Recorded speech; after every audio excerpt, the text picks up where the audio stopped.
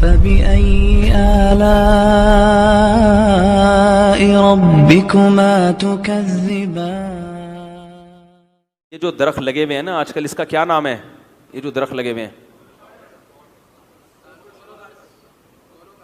کونو corps. اس درخت کے بارے میں بہت منفی خبریں آ رہی ہیں. ایک صاحب نے کہا کہ میں نے ابھی یہ درخت اپنے گھر کے سامنے سے کٹایا ہے تو سانس بحال ہوا ہے ان کا. مجھے نہیں پتا، کوئی ممکن ہے اس کے متضاد خبریں بھی آ رہی ہیں. بعض کہہ رہے ہیں نہیں ایسا نہیں ہے، یہ درخت کوئی نقصان دہ نہیں ہے، بعض کہہ رہے ہیں نقصان دہ. لیکن جو مشکوک چیز ہے اس کو چھوڑ دینا چاہیے. تو اس لیے میری رائے یہ ہے کہ جب ایک چیز میں شبہ پیدا ہو گیا، اتنے اچھے اچھے درخت ہیں ان کو لگاؤ نا، اس کو کاٹ دیں. میں نے بھی مسجد والوں سے کہا ہے کہ یہ درخت جو مسجد میں لگے ہوئے ہیں ان کو کٹوا دیں. درخت سب سے بہتر جو فضا کے لیے ہے وہ ہے نیم کا درخت.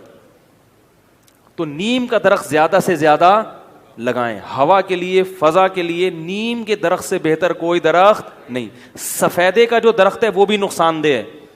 سفیدے کا درخت ٹنوں پانی زمین سے نکال کے ہوا میں پھینک دیتا ہے. زمین میں میٹھا پانی ویسے ہی کم ہے، اور اتنے درخت سفیدے کے لگا دیے پنجاب میں، جگہ جگہ لگے ہوئے ہیں. تو کیا کر رہے؟ کہیں سیم زدہ زمین ہو تو سمجھ میں آتا ہے. عام زمینوں میں سفیدے کا درخت بولو بھائی نہیں لگانا چاہیے. وہ زمین کے پانی کو کھینچ کے ہوا میں بھی نمی پیدا کر رہا ہے، اور جو ہے نا وہ پانی بھی. اور یہ والا جو درخت لگا ہوا ہے نا پورے کراچی میں، یہ تو ویسے ہی نقصان دہ ہے. اور اگر نقصان دہ نہیں بھی ہو تو مشکوک ہے بہرحال. تو اس لیے یہ درخت کاٹیں، جس کے گھر کے سامنے کاٹ دے، اور اس کے بجائے کیا لگائے؟ نیم کے درخت کے اتنے فائدے ہیں کہ ہمارے ایک دوست نے بتایا کہ سانس کا مرض تھا ایک صاحب کو، علاج کرا کرا کے تھک گئے. کسی بڑے حکیم صاحب نے کہا کہ نیم کے جھنڈ میں 2 گھنٹے بیٹھ کے سانس لیا کرو. ایسی جگہ جاؤ جہاں چاروں طرف کیا لگے ہوئے ہوں؟ نیم کے درخت. وہاں بیٹھو 2 گھنٹے لمبے لمبے سانس لو. انہوں نے کیا، چند دنوں میں ان کا وہ سانس کا مسئلہ ٹھیک ہو گیا. تو نیم کی جو ہوا ہے صحت کے لیے بہت مفید ہے. نیم کے بارے میں سنا ہے کہ رات کو بھی آکسیجن پھینکتا ہے، واللہ عالم. یعنی دن میں تو سارے پھینکتے ہی ہیں. اب یہ کسی نے پھینکی ہو تو ایک الگ بات ہے، لیکن بہرحال سنا ہے، واللہ عالم. جو چیز یقینی نہیں ہوتی تو میں پہلے بتا دیتا ہوں کہ بھائی سنا ہے، واللہ عالم. لیکن بہرحال نیم کا درخت صحت کے لیے، نیم کے پتے صحت کے لیے اچھے، نیم کی ڈنڈی صحت کے لیے اچھی. مسواک نیم سے بہتر کوئی نہیں ہے، سمجھ رہے ہو. اور درخت لگانے کی اسلام میں فضیلت کتنی ہے. نبی صلی اللہ علیہ وسلم نے فرمایا جس نے کوئی درخت لگایا تو جب تک پرندے اس سے کھاتے رہیں گے، اس سے فائدہ اٹھاتے رہیں گے، قبر میں اس کو صدقے کا ثواب ملتا رہے گا. کوئی اس کے نیچے سایہ کرے گا، کوئی بیمار اس کی ہوا سے ٹھیک ہوگا، کوئی گرمی کی شدت میں اس کے نیچے آ کے بیٹھے گا تو ثواب کس کو ملے گا؟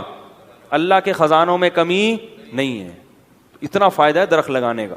تو بھر بھر کے لگائیں درخت. یہ والا کاٹیں اور اس کی بجائے نیم کا لگائیں، یا نیم کے علاوہ ناریل لگا لو. ناریل کا درخت سالانہ 20,000 کما کے دیتا ہے، سمجھ رہے ہو. اس کے پتے بھی بکتے ہیں اور اس کی اور وہ نہیں گندگی نہیں کرتا. ورنہ عام درخت جب لگتے ہیں نا تو وہ بہت پتے ادھر ادھر گرتے ہیں اس کے.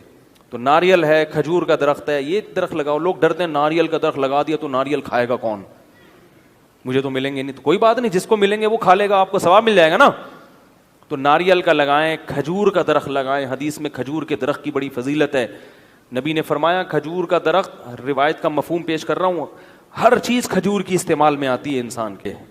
جتنے مرد یہاں بیٹھے ہیں یا جتنی خواتین جو بیان سن رہی ہیں، ابھی سے ارادہ کریں اگلا بیان شروع ہونے سے پہلے ہم میں سے ہر شخص نے کم از کم ایک درخت لگانا ہے. میں بھی لگاؤں گا انشاءاللہ. اور آپ بھی کہیں بھی اپنے گھر کے باہر لگا دیں. گھر کے باہر جگہ نہیں ہے، سڑک کے بیچ. صرف لگا کے چھوڑ نہیں دینا ہے، وہ تو بکری کھا کے چلی جائے گی.